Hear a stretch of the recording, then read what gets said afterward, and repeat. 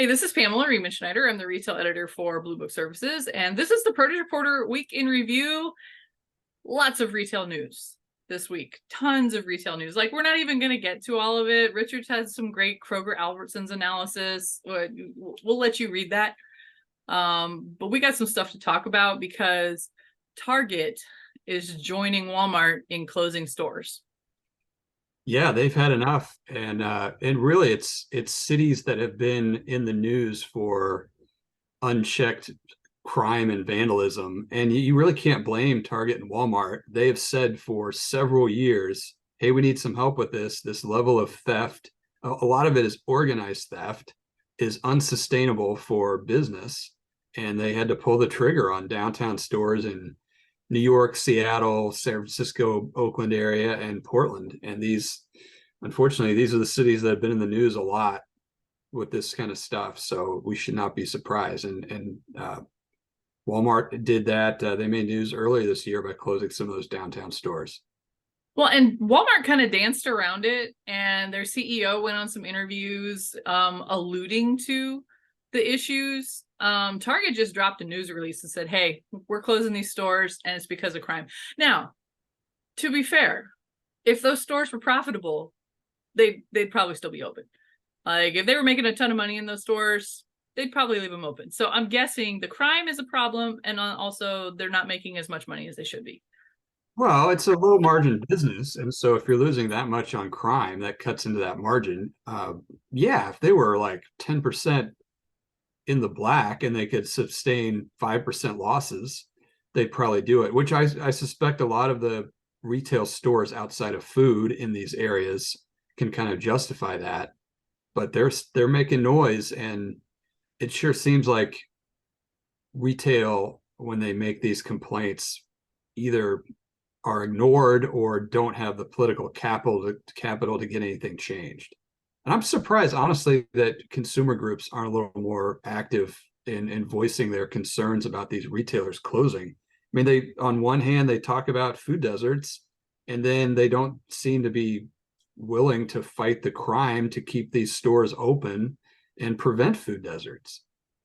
Right. And we see a lot of stuff, or I see a lot of stuff about how these issues are causing a change in the shopping experience at the store because they're locking things up. You have to go find an employee. Good luck finding an employee because, the staffing is an issue in every retailer. Like, they don't have just people everywhere. And it's going to push more toward digital experiences in some ways, but also just, consolidation, fewer retailers per square mile. And you mentioned food deserts, but if you can just go ahead and get it on Amazon or whatever for the same price and get it delivered to hopefully a locked mailbox, then some of these stores are going to stop carrying all but perishables.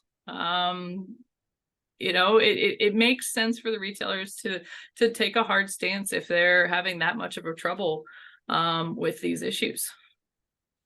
Oh yeah, it's understandable. And we also had a story. We won't talk too much about this, but the FTC is suing Amazon for monopolistic practices, but it purposely excluded the grocery segment because it determined that the grocery segment is too competitive and too regionalized. So I guess in these areas, that is a place that is not unfair competition for Amazon in grocery. There were some really great insights from that story you wrote about that, talking about exactly the nature of perishables and what the FTC considers competitiveness in perishables. And it's true. I mean, online grocery, when we come to perishables, it's very hard to be monopolistic on something like that. So that was a great read. We had another fun story just to go away from crime and away from lawsuits to a crime against retailers, in my opinion. USA Not Today. literal crime, a figure. We go from literal to figurative crime. Yeah. I mean, every time one of these best lists comes up, I get my dander up and I channel the grumpy old guy from 60 Minutes that, dates me, I guess, because I used to watch 60 Minutes all the time with my parents. Yeah, he's dead now. Yeah, I But know. 60 Minutes is still alive after Yes. football on Sunday. Yes. But we're talking about USA Today and their best list. And every time, I think one of the last times I wrote about this, I said this best grocer list is the worst. And I wanted to just recycle the headline because I believe it, because they have a panel of experts in it. I think it was like 6 or 8 bloggers, basically people who write about food and travel, and I don't know, they come up with a list of retailers for the general public to vote on. And then the general public, or who I'm assuming are USA Today readers, the tens of USA Today readers, um, and they voted the Fresh Market the best grocer in America again.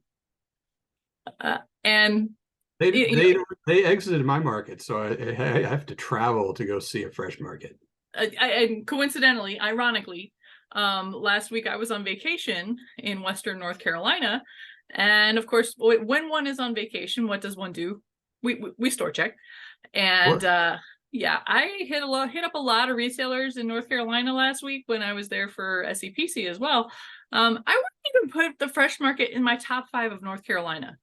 I'm gonna be honest here.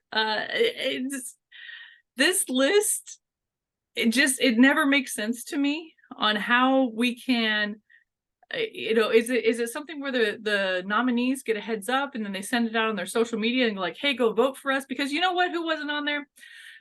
HEB. That's a crime.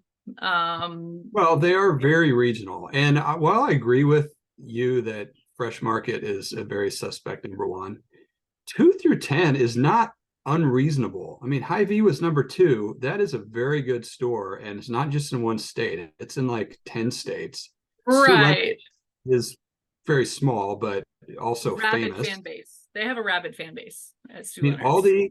Aldi is growing in store numbers, revenue, popularity. Heinen's, Gelson's, Lidl. Well, Lidl's struggling. Lidl, no, yeah, Lidl. Publix, Trader Joe's is always at the top of these quirky best of lists, and then Wegmans is always on lists like that. So the Right. list is not bad. The top of the list is bad, and it does exclude. I mean, really, Hy-Vee is pretty equivalent to HEB in my opinion. A regional player that really excels in its market and really gives a flavor of food in that region, which is kind of cool. It's just that Hy-Vee's region is the size of Texas, but it basically is in 8 or 10 states. Right. Yeah. So for me, I just feel like somebody's social media people must have gotten a hold of this list to vote on, and then just like pumped it out to their people and said, "Hey, go vote for us." Kind of like campaigning. Doesn't it? Would it surprise you? It would. I guess how should I say this? You're alleging that the Fresh Market is so social media savvy that they rigged the list. Is that what I'm gathering? There's some kind of voodoo happening with it. So, somebody knows a guy. And I'm not saying that the Fresh Market is a bad store. I'm just saying compared to 2 through 10 minus Lidl. Lidl is another one that I store checked in North Carolina, and if you are following kind of the undercurrents of the Lidl news, they're kind of stuttering a little bit in their US, and especially in the Triangle area of North Carolina, there is already a well-established dominance of Aldi. And way back in the day, I'm going to say 10 years ago. Yeah, that was 10 years ago when I was at Fruit Logistica. I sat in on a session that this was before Lidl had its eyes seriously on the United States, and the panelists said they're too chicken to do it because they're going to come up against a well-established Aldi. And At the time, Aldi was not good at all in perishables. No, they were I would call it emerging. They were emerging in perishables because they had them, but it wasn't private labels. It wasn't deals that they had with, direct with grower shippers. Like you No, go and they into an were, Aldi nowadays and they got pictures of growers. I know that's yeah, propaganda basically, but it's, they they have a also lot. were horrible on the cold chain for a long time, and Yeah. they've improved that significantly. Yeah. I would agree with a lot of the retailers on this list. I just don't understand why the fresh market is, because if you've shopped at a fresh market, they no matter where I go, I see them in Florida, I see them in North Carolina. Um, they all seem to be a similar experience, and it's not exactly new and exciting. And although they talk about being modeled after shopping in a European market, I have shopped at many European markets over the last couple of decades, and none of them look like the fresh market. So your American idea of a European market. Anywho, I need to stop dogging them. The bottom of the line here is it's great for the other retailers that are mentioned in this top 10. But there are better lists out there. dunnhumby's got a really great retailer performance index. Consumer Reports, they have criteria that they're scaling these stores on. And maybe I'm a homer here, but coincidentally, HEB came out on top of both of those lists. Well, those are also very well respected research organizations. And we're talking about a USA Today list, which was the Mick paper of 2 decades ago. So, we joke that the fresh market's demographic skews old. It doesn't skew as old as the USA Today. Maybe that's it. Maybe it's because they're demographic. Where do you even get to see a USA Today anymore? That used to be in hotels, right? I haven't seen an actual USA Today newspaper in forever. I used to check them out online, but now I think everything's paywalled except for these 10 best lists. Yeah, this list is the worst. Go find a better list. Sorry, Fresh Market. A year from now, we'll resume this conversation. But for now, that's it for the Produce Reporter Week in Review. If you are not getting the Produce Reporter newsletter, you need to go to producebluebook.com and sign up. And go USA in the Ryder Cup. Okay. That's golf news. Yeah, I have a USA flag, but I have it all the time. So yeah, you didn't exactly break that one out for special. I've got apples for, go fall.